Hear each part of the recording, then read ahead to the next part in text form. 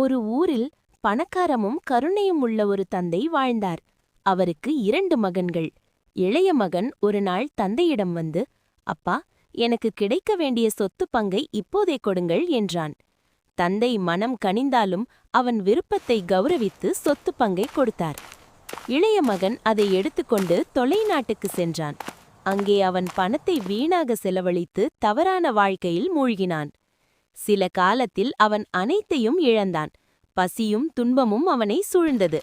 பன்றிகளை மேய்க்கும் வேலைக்குச் சென்றபோது, என் தந்தையின் வீட்டில் வேலைக்காரர்களுக்கே நிறைவான உணவு இருக்கிறது, நான் இங்கே பசியால் தவிக்கிறேன் என்று நினைத்தான். அவனுடைய மனம் மாறியது. நான் பாவம் செய்தேன், மகனாக இல்லை என்றாலும் ஒரு வேலைக்காரனாக ஏற்றுக்கொள்ளுங்கள் என்று சொல்ல தீர்மானித்து வீட்டுக்கு திரும்பினான். அவன் தொலைவில் வருவதைக் கண்ட தந்தை ஓடி வந்து அவனை கட்டிப்பிடித்தார்.